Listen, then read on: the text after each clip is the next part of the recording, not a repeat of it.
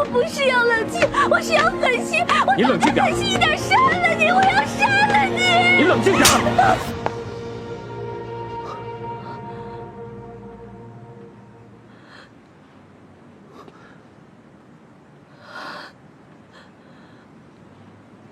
哎，童小姐，同学，童小姐，同学，同学，老马，哎，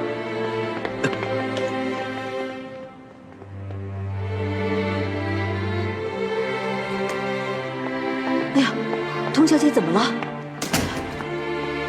你上去看房。哦，好。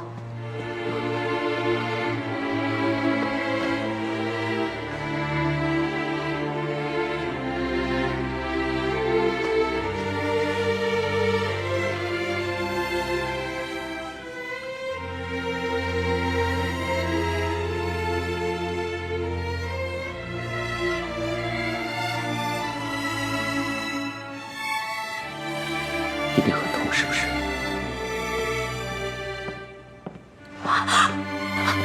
别碰我！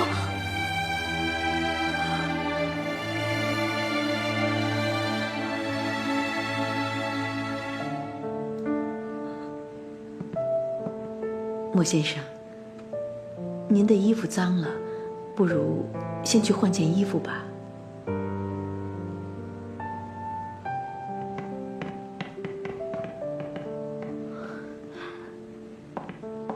老马，到底发生了什么事啊？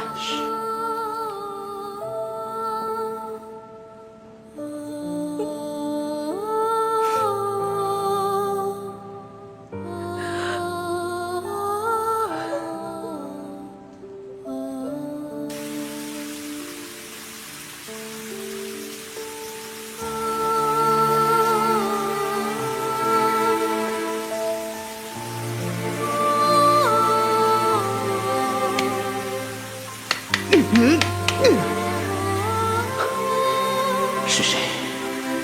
是谁告诉他的？是谁？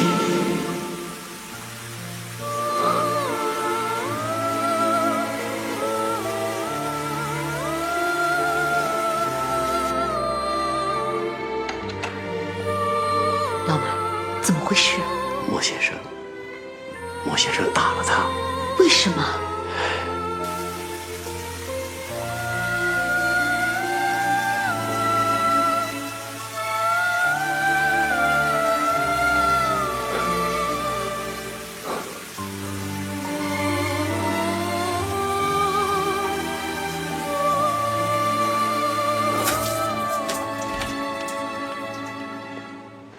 怎么会这样？刚才我听了，也被吓着了。莫先生没有否认，不过脸色也变了，就问了童小姐一句：“是谁告诉的？”那就是真的了。哎呀，这究竟是谁欠了谁呀？这也轮不到我们管了。我去给他泡杯参茶，你看着点啊。哎，丁大家，我进去不方便，我就在这守着吧。你快点回来。好。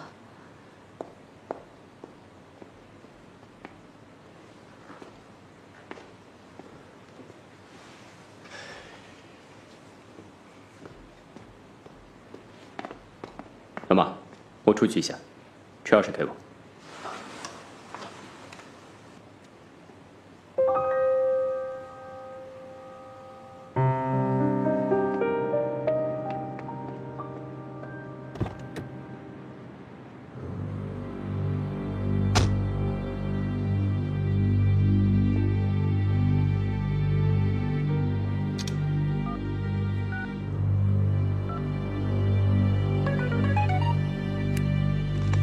喂，出来吧。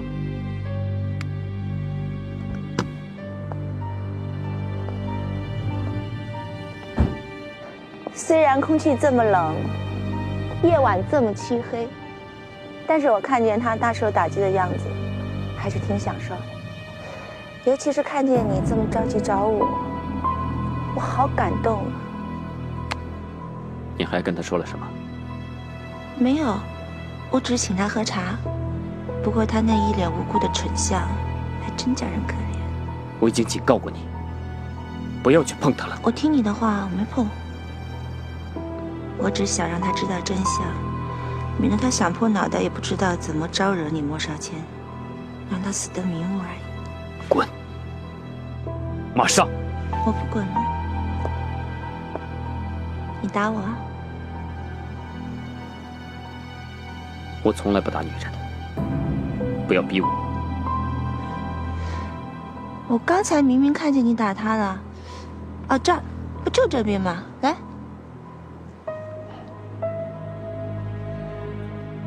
我打她，因为她是我的女人。我只会打我的女人。莫少谦，我才是你的女人。不管你承不承认，我们都是夫妻。10年前我已经跟你说过要离婚了。这10年来，我没有跟你待在同一个房间里面，没有跟你睡在同一张床上。你有什么资格当我的女人？你算什么我的妻子？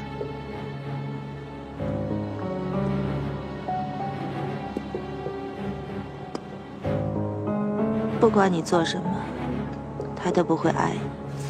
别白日做梦。你也是。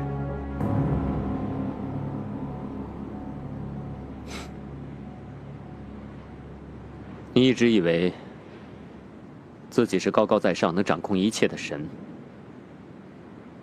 其实你穷的就剩下一身珠光宝气所抱着的一颗破烂、阴暗的心。你在背后装神弄鬼，自得其乐。其实你自己知道，你有多可怜，连你的亲弟弟都要背叛你。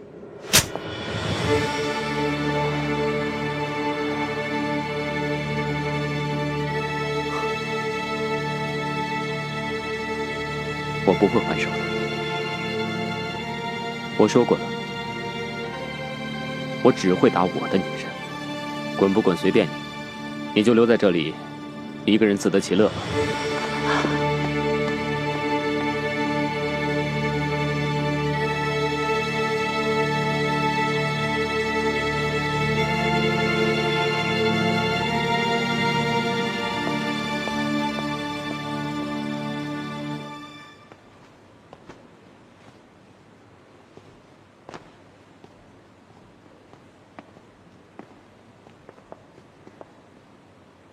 莫先生，童小姐已经好多了。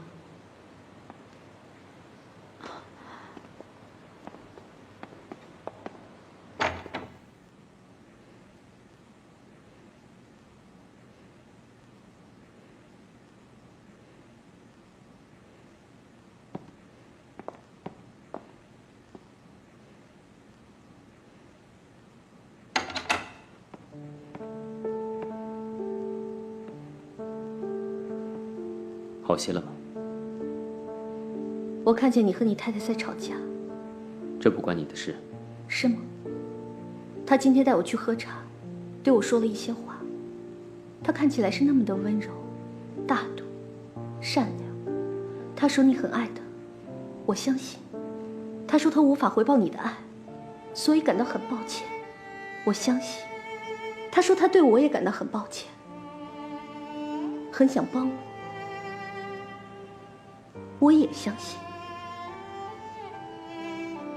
但是我看见你们在吵架，我觉得你并不爱他。虽然我不知道你们在吵什么，但是我看见他打你，跟他喝茶的时候像2个人似的。他的温柔、大度、善良，都是假装出来的吗？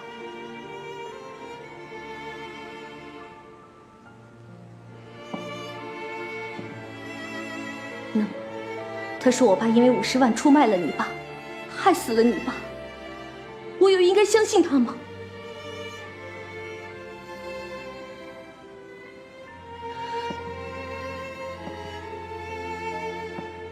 你告诉我，他是不是在骗我？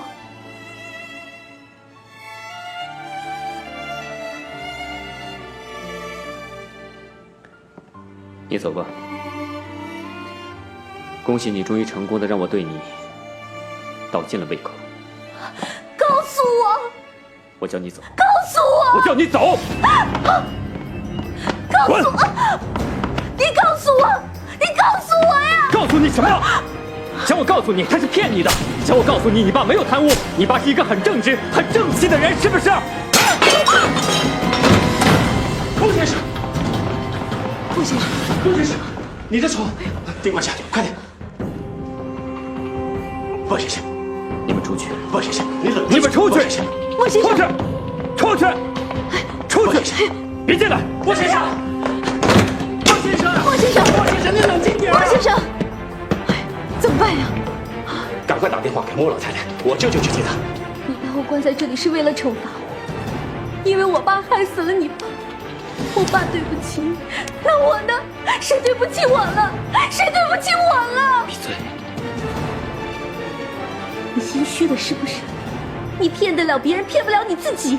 你知道自己做错，你从一开始就知道自己做错了，是不是？你是他女儿，还是该死？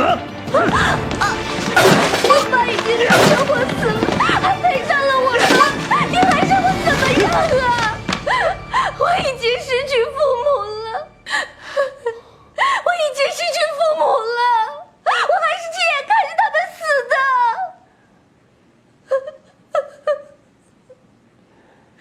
你还能看着你爸死？可是我连我爸最后一面都没能看到。当我赶回来的时候，我只能看到我爸一副冷冰冰的尸体。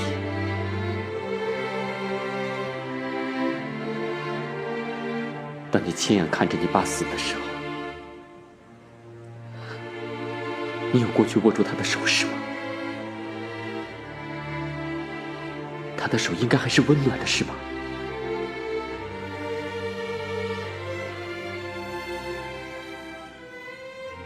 可是当我握着我爸的手的时候，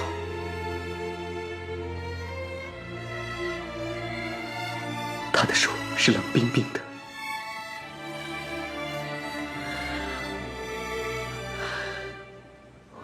你为什么不告诉我？你为什么一直都不告诉我？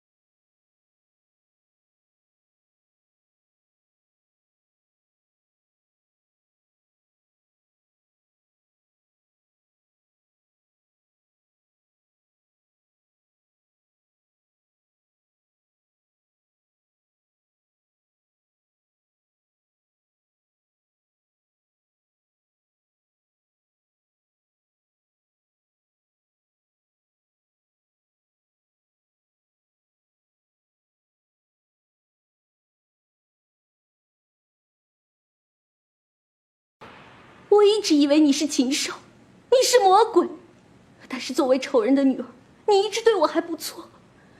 你是想利用仇恨把自己变成一个可怕的人，但是你做不到，因为你就不是这样的人。你是想报仇，但是你下不了手。3年了，你下不了手了，是不是？你不想放过我，但是你又下不了手。你不知道该怎么办，是不是？我现在就杀了你！怕了没有？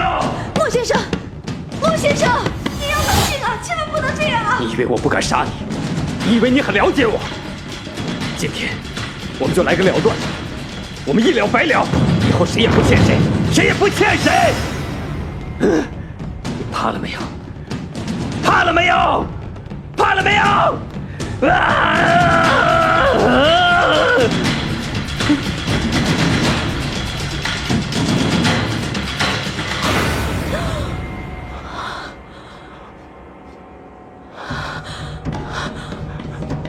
先生，您不要滚！滚！不是少天，你这是干什么？我永远不要见到你！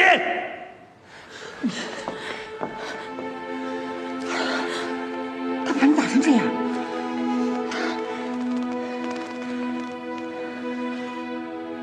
蒋阿姨，你怎么来了？我们先送你走。不，我不能走，我走了他会告发我舅舅的。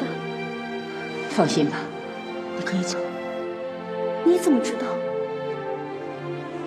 对不起，我没告诉你，我是少谦的母亲。什么？你是少谦的母亲？你也在骗我！童小姐，你不要碰我，连你也是骗我的。真的对不起。你不要说，你们都在骗我，所有的人都在骗我。这次是真的，你可以安心的走。少谦，他不会再对付你，也不会对付你舅舅。真的？真的，我以少谦母亲的身份向你保证。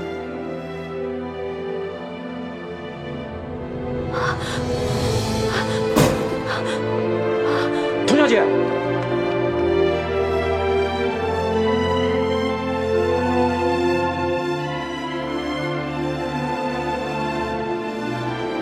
妈妈，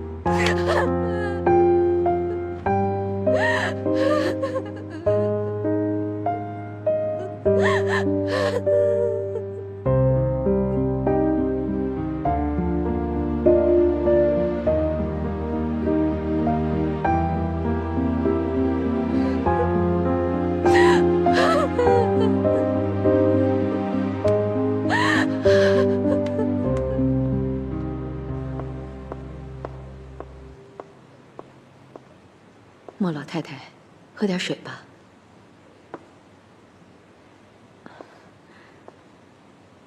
对不起，这么晚了，我擅自做主，让老马把您接过来了。没事儿，要是我能早点过来就好了。童小姐一回来，我就察觉事情不对，可没想到会发展成这样。我去看看我儿子。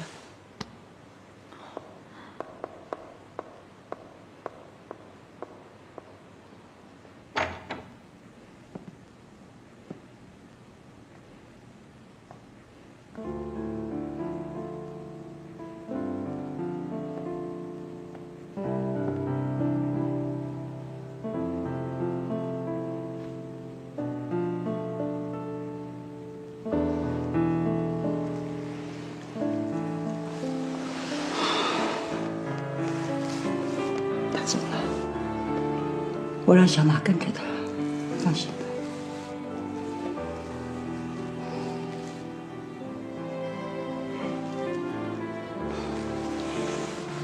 既然决定放他走，又何苦折磨自己，何苦撕破脸，让他走之前还要恨你呢？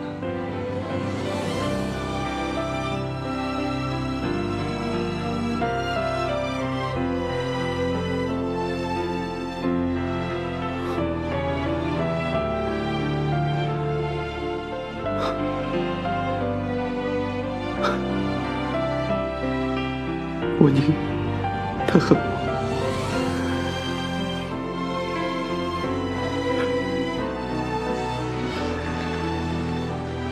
有人撕破脸是为了恨，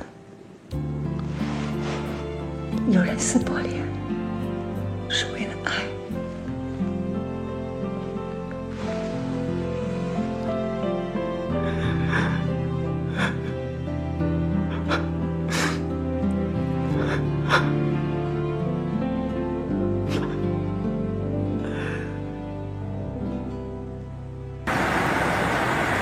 开慢点儿，开慢点儿，小心撞车。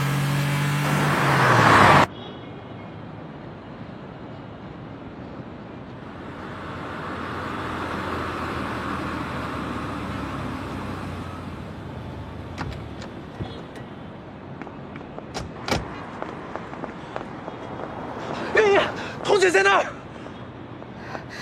同学，月莹，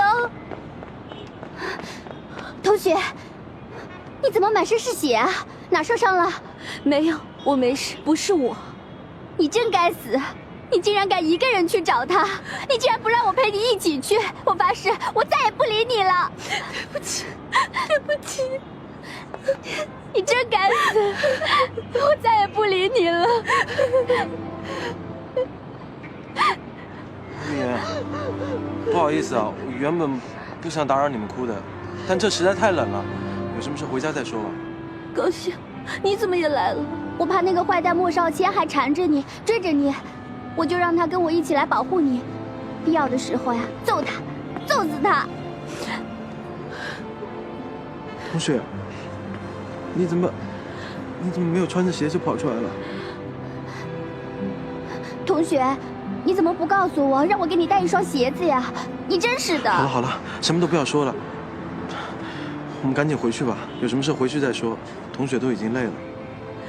好，有什么事回去再说，别急，一切都会好起来的。好了，我们先回去吧。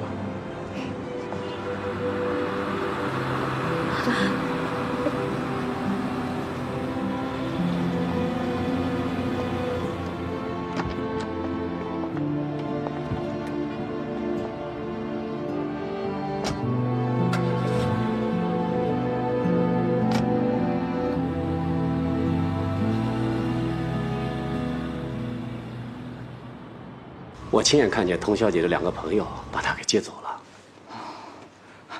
快上去通知莫先生，好让他也放心。是。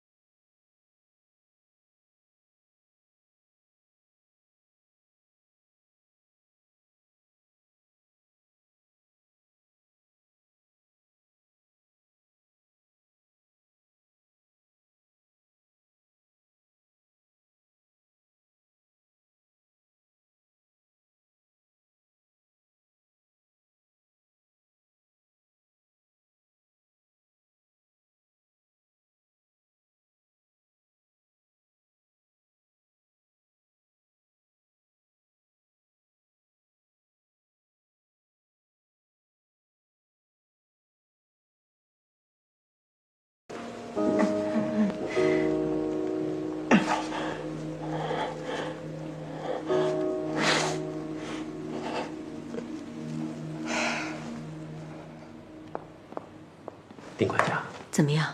跟他说了吗？说了。他点了点头，什么都没说。你进去看看他吧。好。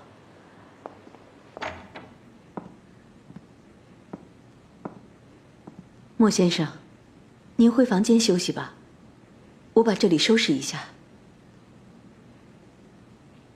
不要管我，早点休息吧。莫先生，走吧，把灯关了。是。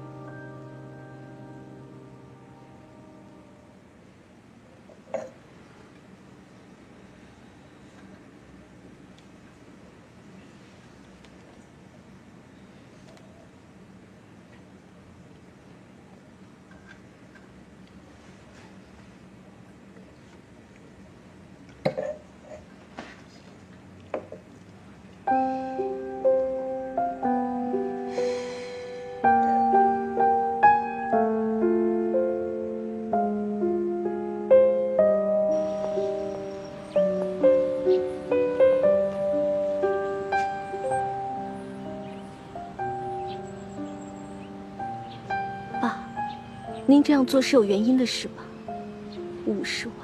？50万足够买一个人的灵魂。爸，请您告诉我，您这样做是有原因的。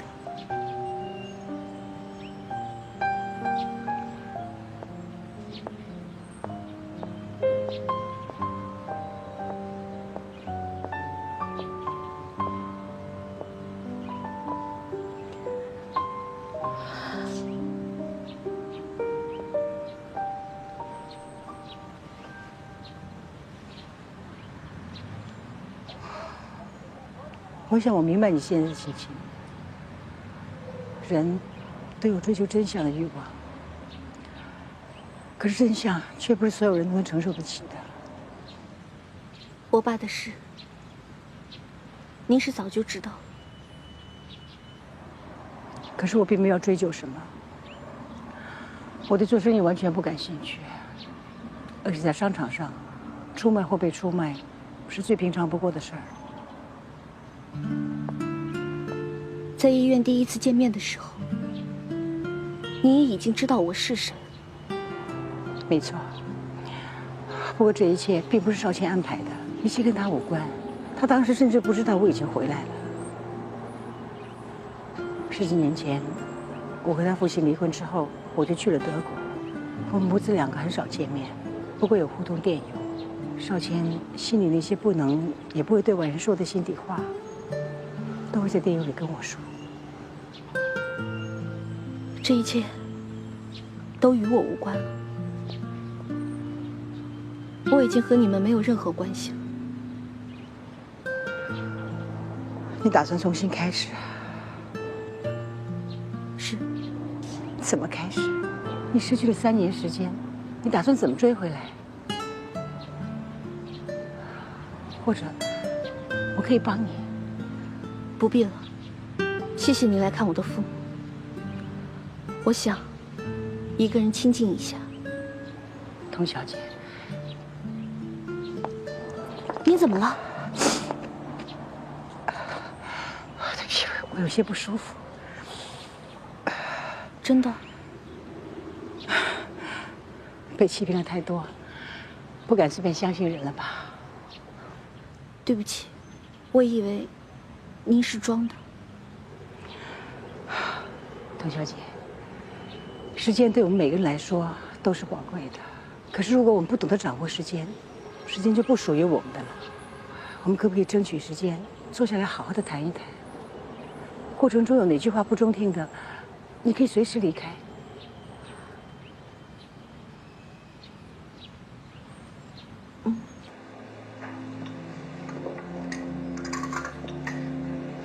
我请他用。首先，我要替少谦向你道歉。他太太也来找过我，她说她要替她的丈夫向我道歉，她说她自己也要向我道歉。我不喜欢慕容飞，这个女人心机太重，而且手段圆滑。当初如果不是迫不得已，少谦是不可能和她结婚的。少谦的婚姻几乎是一场训练。他在结婚前的一晚跟我说：“妈，我这一生都会幸福的。”这个是他自己的选择。对，他对他父亲感情很深，就像你对你父亲一样。为了保住他父亲的基业，他固执的像个孩子，不惜一切。对不起，我真的……我知道，你现在不想听到任何关于少谦的事。我今天来，也不是想求得你的原谅，我是真心的想要帮你。谢谢你，可是，我想凭我自己的努力。怎么努力？你是一个很有天分的设计师，可是怎么样才能熬出头呢？相信除了努力，还得靠一些运气吧。你打算怎么帮我？像您儿子一样，花大笔大笔的钱买下一家设计公司，让我当老板？真的很谢谢你。我只希望，在我剩下的日子，他可以放过我，原谅我的父亲，从此不要再想起我。如果你没有这份天分和灵气，我还不愿意出手。你的能力我已经打听过了，应该说，这里每一间设计公司的每一位设计师我都打听过了。我还没告诉你，我除了是邵谦的母亲，我也是一位建筑师。建筑师？你可以上网搜索我的资料。我是德国魏玛包豪斯大学建筑设计院的蒋教授。蒋教授？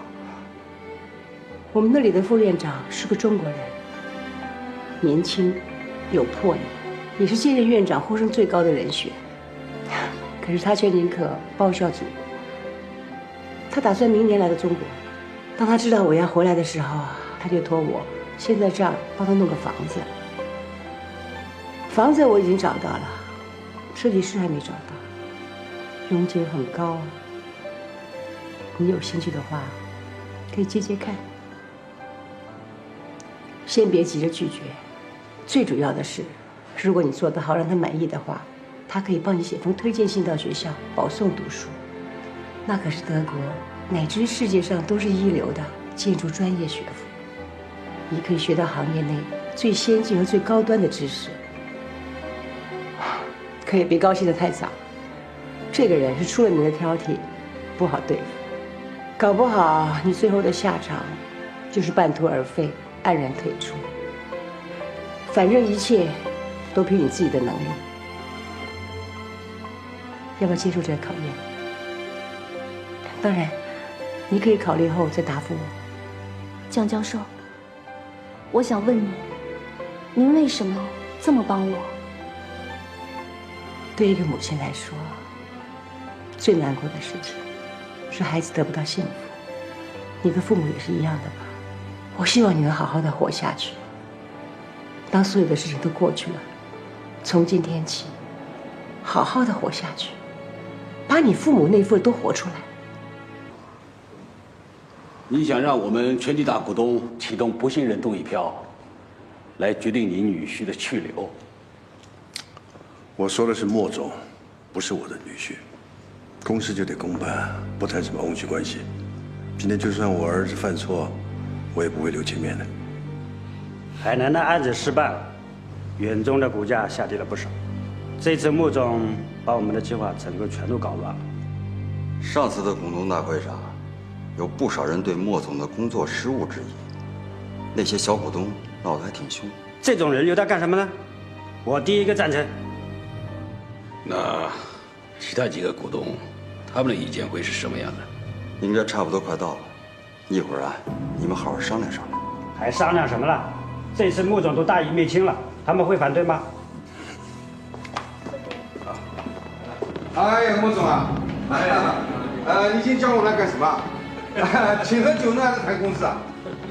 要是谈公事，我们马上就走。别，除了吃饭喝酒，我们再谈点公事啊。好，别急啊，我请志远呢解释给你们听。志远，哎，向三位董事先解说一下。好，别急。哎呀，三位董事是这样啊，上次的股东大会上啊，有人提出来要莫总辞职，我们的穆董啊为这事儿都心烦了好几天了。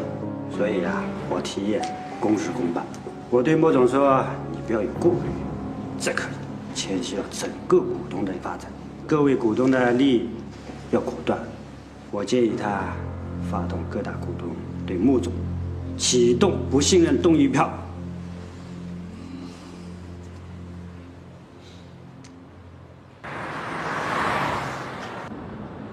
爸，真的要召开股东不信任投票，把姐夫踢出去？是啊，你不用担心啊，到时候投票就行了啊。还有，尽快熟悉远中的业务，准备接替你姐夫的位置。你觉得他会那么轻易的就范吗？他还能怎么样啊？这玩女人已经玩得头脑迷糊了。也许这10年过去了，他自己觉得没什么作为，意兴阑珊嘛。那既然如此的话，那我就成全他，让他走。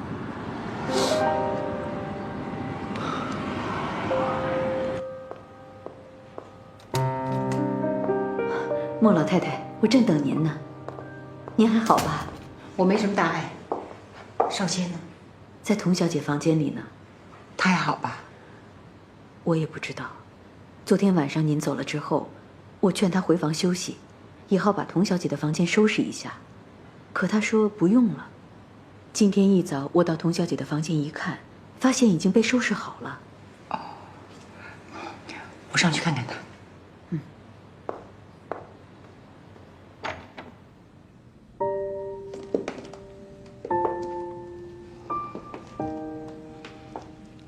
儿子，你妈来了。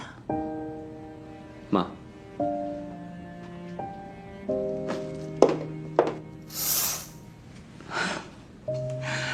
儿子啊，你还好吗？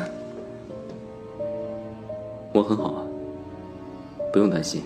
我现在没空担心你了，我待会儿就要去北京，那边有一个学术交流会，想让我去露个脸，我不用出口。不好意思推，你又怎么了？才几天而已嘛。倒是你，怎么这么闲呢？真的把远中的事情完全放手不管了？何姐跟老陈在那边忙着，等所有事情准备好了，过两天我就过去。有一场硬仗要打呢。有胜算吗？我不会输的，我也输不起。对了。你在这儿给我买了一套房子，我打算要装修了。终于想通不住酒店了。我请了同学替我装修。哦，他答应了。他刚跟我说他答应了，可是我没说房子是你买的。我跟他说那是我一个德国朋友的。那是你的房子，你要怎么做？你自己决定吧。房子是你买的，你要是对装修有什么意见的话，你可以跟同学联系。我没有意见。随你吧。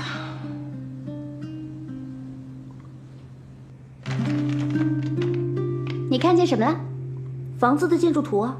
我看见的可是一个挣大钱、出国读书的好机会。哎，我们占用了你老爸的书房，他要是回来了怎么办呢？没事儿，今天我老爸给我打电话说，他现在在香港，然后去北京、去上海、去广州，再去香港，怕没有半个月他回不来。那好，那我们开工吧。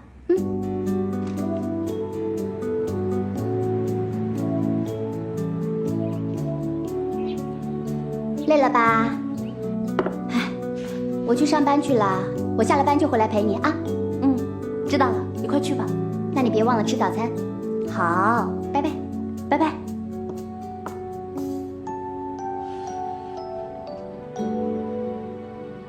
文豪说，这次穆长河是铁了心要把你踢走了。他已经发动股东对你投不信任票。远东集团一共有9个股东，穆长河肯定会做好人，投弃权票，而你呢也不能投票。穆正飞和穆永飞肯定会站在他父亲那一边，那剩下的只有这5个股东啊。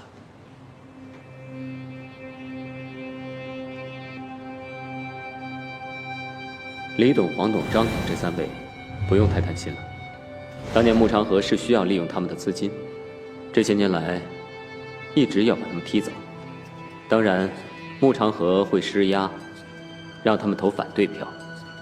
但是他们为了保护自己在远中的地位，会让我们留下来，跟穆长河抗衡的。我也是这样认为的。那个石董一直是穆长河的死党，这块骨头很难砍呐。不是难砍，是根本不需要考虑。我同意。那现在唯一可以争取的，就是韩董，只要他投赞成票，那我们就是4票对3票，那我们就赢了。最近韩董好像在忙一个项目。是的，他一直在找穆长河谈投资合作，可是穆长河好像不感兴趣，因为那个投资回报期太长。你们私底下跟他们联系一下，说我们有兴趣跟他合作投资。那资金方面呢？陶敬天那里。什么？那可是是好不容易用海南项目换来的借款呐。是，这个项目可不能动啊！这 GPS 对我们非常重要。反正那笔钱也不够，过了这一关再说吧。那个女人真的走了吗？好了，就这样决定了。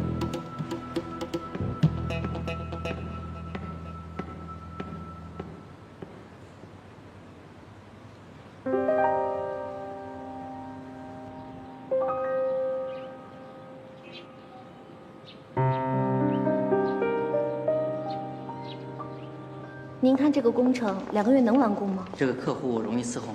听说挺挑剔的。哎呀，那可就不太好说了。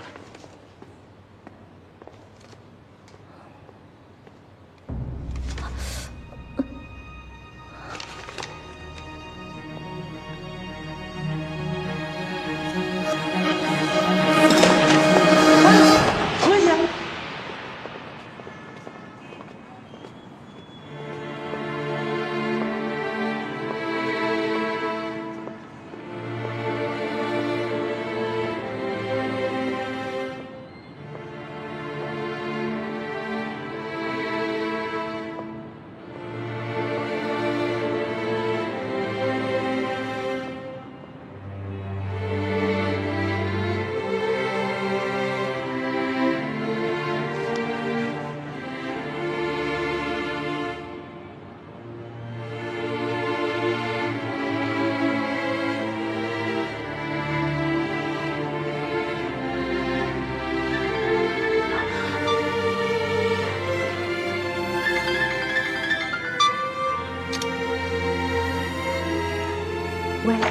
喂，同学，你在哪儿呢？我已经下班回家了。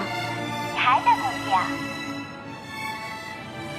同学，你怎么不说话呀？你没事吧？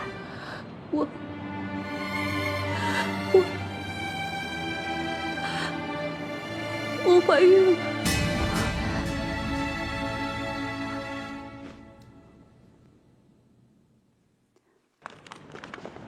医生说你身子太虚了，一会儿回家呀，我让厨师给你做点好吃的补一补啊。不用了，你去上班吧。一会儿我想去材料商场看看，找点样品。不行，一会儿你哪都不许去。可是我不想一个人在家里胡思乱想啊。那我请假陪你。不要。你到底想怎么样？我想你告诉我，不管发生了什么事，太阳还是会照常升起，天还是蓝色的，云还是白色的。我想你告诉我，不管发生了什么事，天都不会塌下来，我也不会倒下去。我想你告诉我，不管发生了什么事，我都可以正正常常的过日子，正正常常继续走我的路。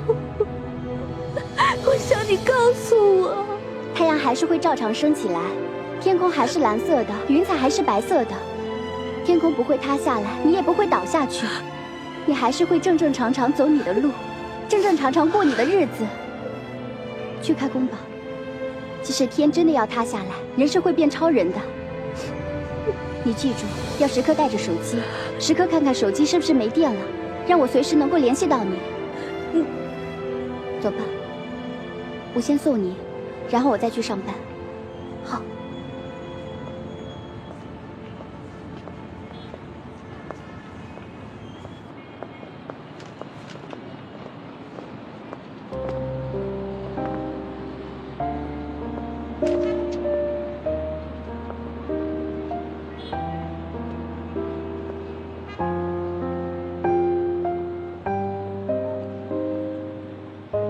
我这是怎么了？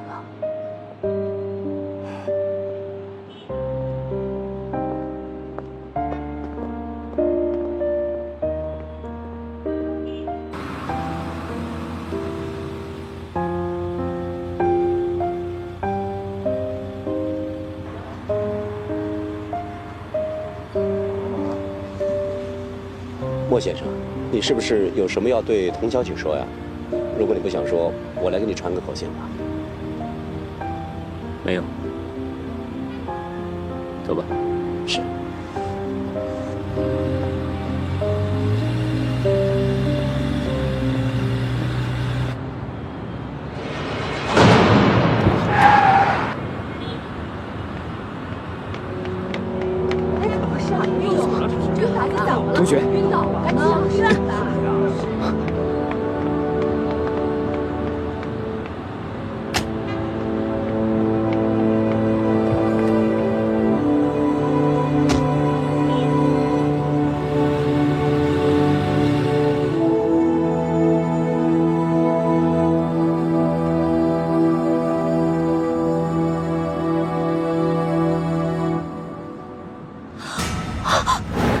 别动，坐好。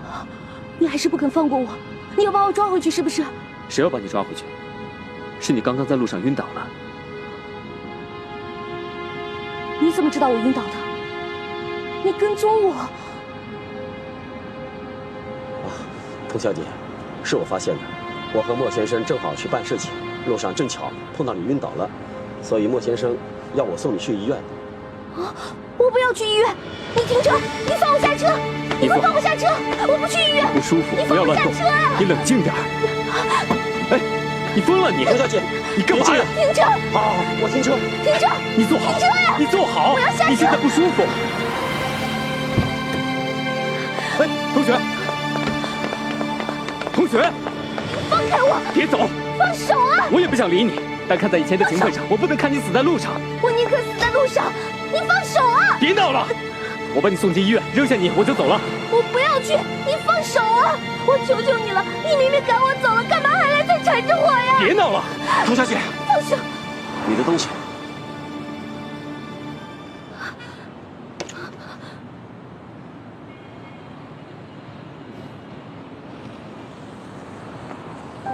莫先生，送他去医院，我自己打车回去。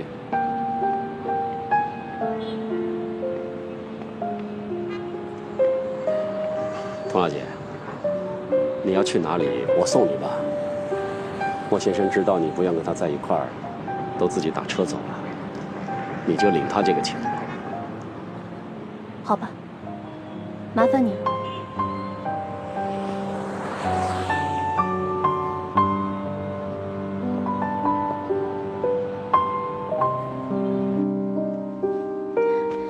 我们走。啊？我陪你一起走。去哪里啊？能去哪儿就去哪儿，越远越好。不，我们去国外，我就不信他能找到我们。那房子的事怎么办？我都已经答应蒋教授了。哎呦，你先考虑好你自己好不好？去了外国又能怎么样呢？又不能工作，有什么意义呢？你先让他找不到你，然后你自己考虑清楚到底要不要这个孩子。你不能让他3天2头的缠着你，你自己都乱套了。其实，也可能是我自己想多了，也可能是碰巧啊。他哪有那个闲心跟踪我呀？他可能很享受这么玩你呢。做生意多无聊啊，玩玩你多开心啊。其实，他也没对我做什么，只是想送我去医院。只是我一听要去医院，我就抓狂了。他这种禽兽，你还帮着他说话呢？他玩你呢。他只是想报仇，是我爸欠了他们的。再看看怎么样吧，就像你说的，咱们别先自己乱了阵脚啊。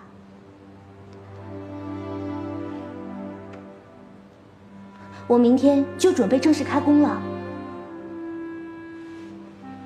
去吧去吧，你喜欢就去。你说过你要帮我忙的。谁要帮你呀？我是为了我的工钱，少1分钱都不行。那我给你派发红包好不好？谁要你的红包呀？我警告你啊，你要是再敢晕倒1次的话，我就让蒋教授把项目推掉。我没事，你别紧张好不好？明天就开工了，你一定要早一点回去休息。我下了班就去陪你。好。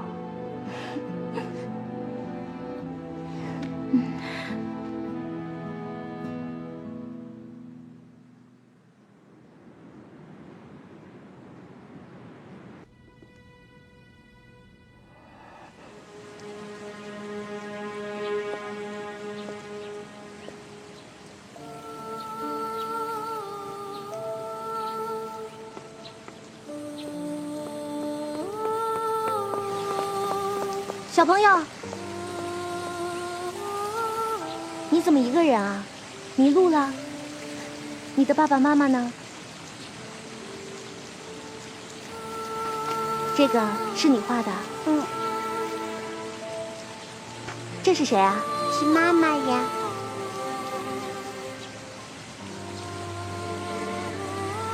妈妈，你打算不要我了吗？妈别害怕，我只是想来见你一面。妈妈再见。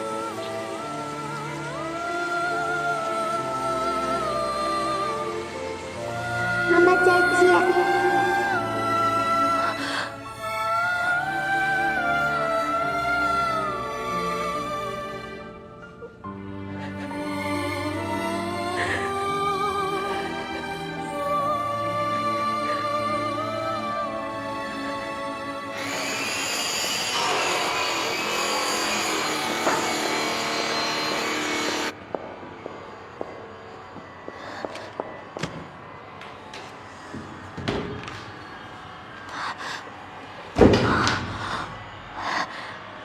你乖，不要为难妈妈，好不好？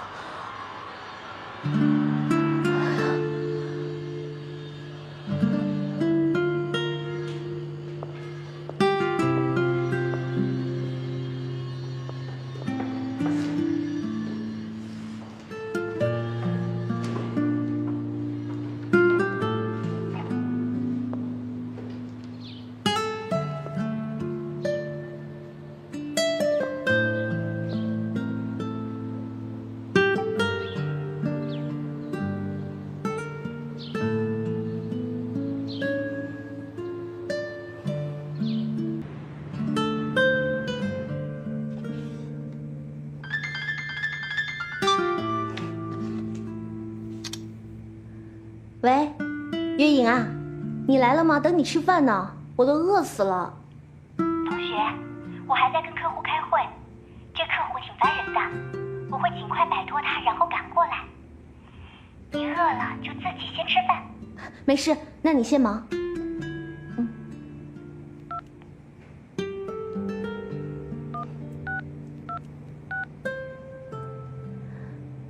喂，你好，我想叫外卖。啊，都在忙，没人送啊。好吧，谢谢。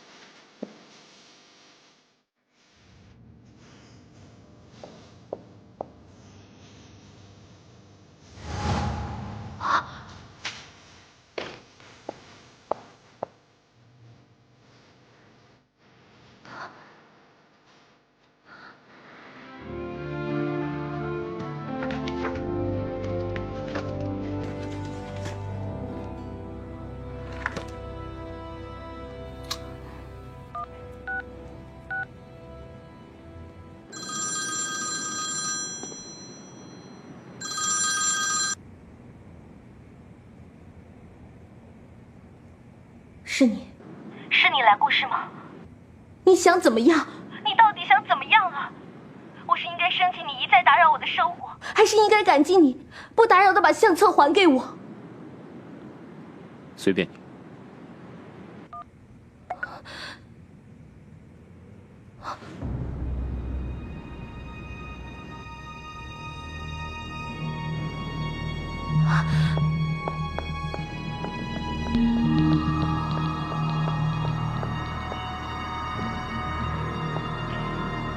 你出来！你出来！你出来啊！你到底想怎么样？修身。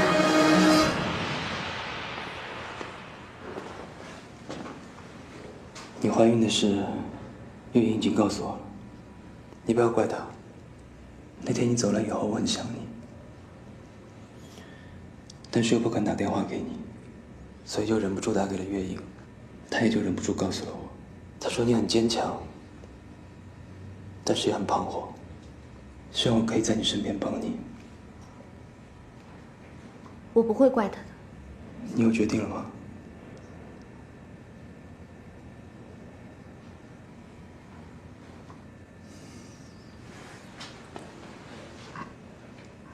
如果你决定把孩子生下来，我会把他当做自己的孩子一样看待。你已经是其他孩子的爸爸。之前撒了谎，她没有怀孕。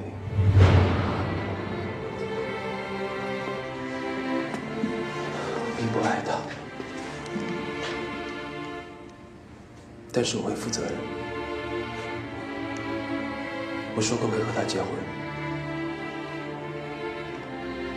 然后我想带她去做体检，可她一次又一次的推脱我，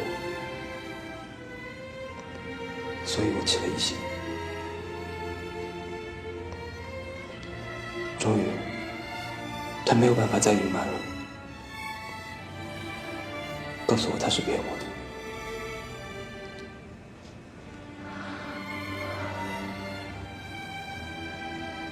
那次你眼睛受伤住院的时候，我忍不住来看过你。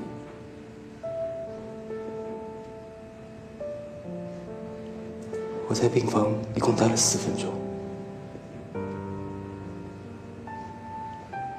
出去的时候我看过表，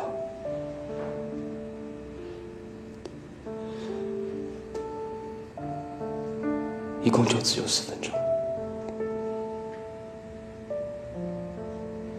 也许你不知道，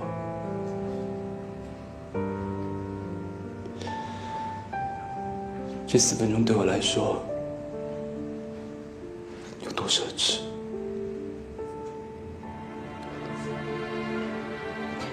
我想，如果我再多待一会儿，我可能就会忍不住说出什么可怕的话了。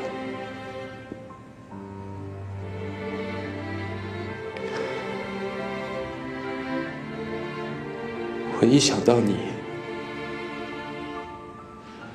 就感觉要崩溃了。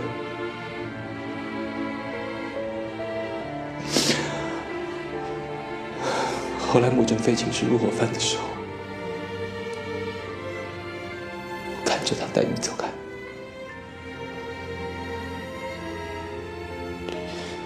我以为你们是一对，然后我也走了。我去喝了酒，之前那天一直陪着我。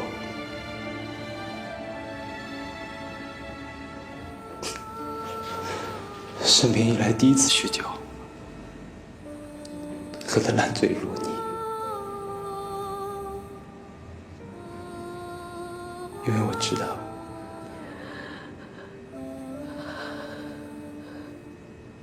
我可能再也等不到你了。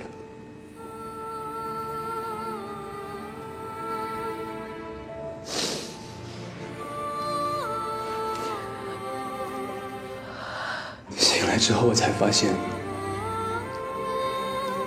我在林子贤的屋子里，事情坏到不能再坏了。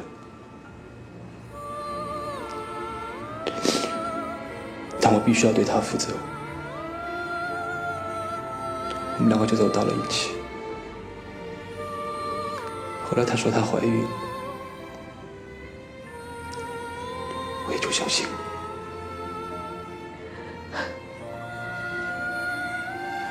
是我的错，是我让你承担的太多。不，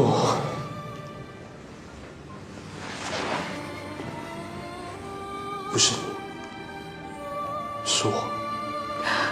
你还记不记得我第一次请你吃饭的时候，在快餐店？那天我们早早就吃完了，可是我不想走。